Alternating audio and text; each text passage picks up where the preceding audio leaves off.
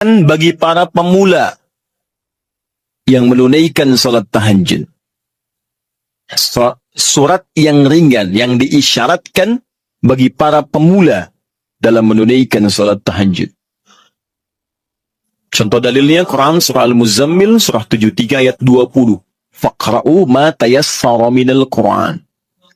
Bacalah yang ringan-ringan dari Quran yang Anda hafalkan. Ringan. Ya. Berapa ringannya Nabi? 100 ayat Al-Baqarah. Tuh, sampai kaget di luar. 100 ayat. Kadang-kadang beliau baca 10 atau 11 ayat terakhir surah Ali Imran. Ya. Dalam satu rakaat. Jadi ukuran ringannya bisa relatif. Ya, ringan bagi Nabi belum tentu ringan bagi kita. Tapi prinsipnya cari yang ringan. Misal begini, tadi kan maaf ya, ibu bapak, Nabi kan tadi pernah sholat di belakangnya ada sahabat kecil namanya siapa? Masih ingat? Ibnu Abbas. Itu kan masih kecil, balik aja belum. Ya, mau dinaikkan surat yang panjang susah. Makanya dibaca yang ringan. Pada saat itu riwayat yang muncul ketika sholat di belakangnya Ibnu Abbas, itu Ali Imran 10 ayat terakhir. Ya, bahkan dari 11 ayat terakhir yang inna fi khalqis samawati wal ard dan sampai ujung ayatnya. Ya, ringan. Maka dari itu ketika Anda misal mendidik anak salat malam, bangkit di malam hari tiba-tiba dia ikut, jangan baca yang panjang-panjang. Anak Anda 5 tahun bangun, lihat Anda salat. Mama salat, pengen ikut, Allahu Akbar. Ya Allah, alhamdulillah anak saya ikut, mumpung ikut Al-Baqarah. Akhirnya kesan pertama bagi dia, salat malam itu sulit. Di begitu Anda melihat anak Anda ikut misalnya yang kecil, atau misalnya yang besar tapi belum biasa berdiri lama, peringan salatnya. Wadduha. Sehingga ada merasa enak dia. Oh ternyata salat malam itu nggak panjang-panjang. Cuman ad-duha. Besoknya alam nashrah. Lebih pendek lagi. Besoknya al-falaq. Masya Allah naik lagi. Tadinya ikut 2 rakaat. Besoknya 4 rakaat. 6 rakaat. Begitu 11 rakaat. Stabil mulai. Al-Baqarah. Ali Imran. An-Nisa. Kalau dia akan bertanya, mah bosan kok ad-duha terus, cari yang lain dong. Anda naikkan. Al-Baqarah ya, nggak apa-apa. Bismillah, naik. Dan itu indah. Itu indah. Paham ya? 2. Surah yang tersusun dalam Al-Quran, surah-surah yang tersusun dalam Al-Quran, secara tertib, dengan tujuan mengulang yang dihafal atau memperbanyak yang dibaca. Dengan tujuan mengulang yang dihafal atau memperbanyak yang dibaca. Kalau yang tadi yang ringan-ringan, sekarang itu terbalik. Panjang. Jadi panjangnya ini diurutkan. Jadi kalau ada yang sudah hafal Quran, maaf ya, sudah hafal, maka jangan tinggalkan tahajud. Ciri penghafal Quran itu nggak meninggalkan tahajud. Nah dalam tahajudnya, dia mendesain salatnya itu untuk mengulang hafalan. Itu yang dikerjakan para sahabat. Bahkan ada yang semalam 30 juz. Ada yang semalam misalnya 1 juz dulu. Saya target 30 malam, misal 30 juz. Tiap malam 1 juz. Boleh. Silahkan sekarang Al-Baqarah juz pertama. Ya dari Al-Fatihah sampai Al-Baqarah 141. Misalkan. Kemudian malam keduanya 142 sampai 253. Teruskan lagi. 252. Selanjutnya 253 sampai Ali Imran. Terus. An-Nisa. Sampai 30 malam, 30 juz dia selesai. Itu boleh. Ya. Atau misalnya semalam 5 juz. Boleh. Jadi kalau Anda sudah terbiasa menghafal Quran, sehari bisa 5 juz, Bu, Pak. Ya, mengulangnya itu. Mengulang. Usahakan ulang. Jadi, subuh 1 juz, zuhur 1 juz, asar 1 juz, maghrib 1 juz, isya 1 juz. Kalau tidak mau capek dibagi 2, setengah juz sebelum subuh, setengah juz setelah subuh. Terus, sehari 5 juz, mulai hari Sabtu. Hari Ahad 10 juz, Senin 15 juz, Selasa 20 juz, Rabu 25 juz, Kamis 30 juz, Jumat berdoa kepada Allah. Khusus berdoa, tidak mengulang. Jumat itu doa minta ya Allah, Engkau minta salat, saya salat, Engkau minta menghafal, saya menghafal, Engkau minta mengulang, saya mengulang. Engkau minta berdoa, sekarang saya bermohon kepadamu ya Rabb. Kalau saya sudah salat, saya sudah berinfak, sudah menghafal Quran, belum Engkau kabulkan juga, maka mohon tunjukkan pada saya dengan cara apa lagi saya mesti bermohon kepadamu. Maka doa penghafal Quran ketika dia bisa khatamkan dalam 6 hari itu, Jumatnya mubarakah untuk dia.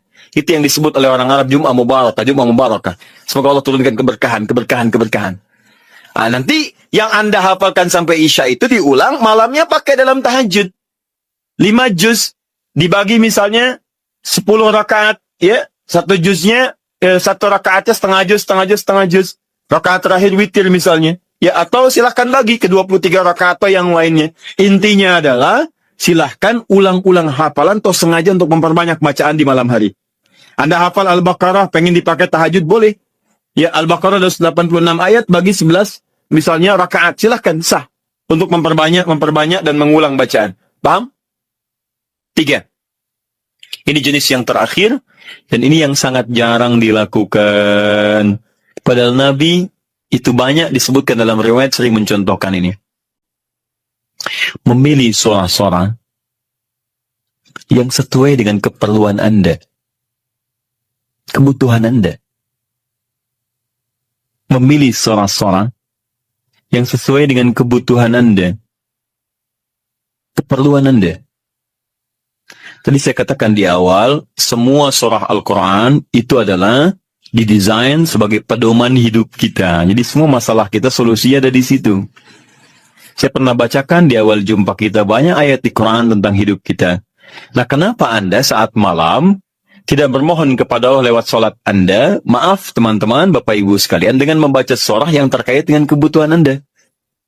Misal, Anda yang sedang mencari nafkah, kenapa tidak baca ayat-ayat tentang nafkah di Quran? Minta dimudahkan, kan ada. Di Al-Baqarah 168, Al-Baqarah 172, Al-Baqarah Al-A'raf ayat ke-96 misalnya, tentang rezeki di Quran surah 51 ayat ke-22 misalnya, ada semua. Anda yang sedang kesulitan misalnya di rumah dan sebagainya, kenapa nggak baca ayat-ayat tentang kemudahan? Ya, mudah urusan rumah. Misalnya Quran surah keempat, ayat 34, 35, gitu kan? Kalau ada persoalan, minta kepada Allah solusinya. Kemudian ada di Quran surah ke-65 ayat 2-3 tentang masalah-masalah yang umum. Anda yang di birokrasi sekarang banyak orang, saya tuh bingung ya. Kalau masa-masa pemilihan tuh banyak mengerjakan hal yang tidak perlu. Padahal kata Quran itu, di Quran surah 3 ayat 27 kan jelas. Dari 26 sebetulnya, sampai 27-nya. Jelas. Qulillahumma malikal mulki tu'til mulka man wa tanzi'ul mulka mimman. Katakan kekuasaan itu hanya milik Allah. Allah berikan pada siapa yang kehendaki.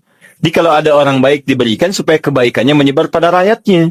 Kalau ada orang jelek kemudian dia bisa naik, untuk ditunjukkan ada yang salah di tempat itu harus diperbaiki. Supaya dia bisa diganti dengan yang lebih baik. Itu maksudnya.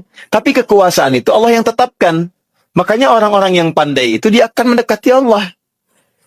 Dia akan memohon supaya diberikan petunjuk. Kalau diberikan, dia lakukan hal-hal yang baik. Maka mendekat dia, baca ayat-ayat itu. Sebetulnya kepala-kepala yang calon pilkada, calon pemimpin dan sebagainya, calon kepala daerah dari mulai yang ringan sampai yang besar, kalau dia paham tentang ayat itu, dia bangun malam, dia minta petunjuk kepada Allah. Itu titipan.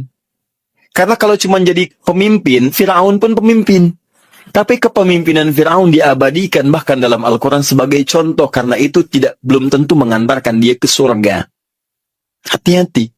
Ada orang yang diberikan kedudukan, dengan itu dia bisa ke surga. Ada orang diberikan harta, dengan itu dia bisa ke surga. Ada orang diberikan pengetahuan, bekal itu untuk ke surga. Ada orang yang hanya diberikan tenaga, karena itu yang membuat dia ke surga.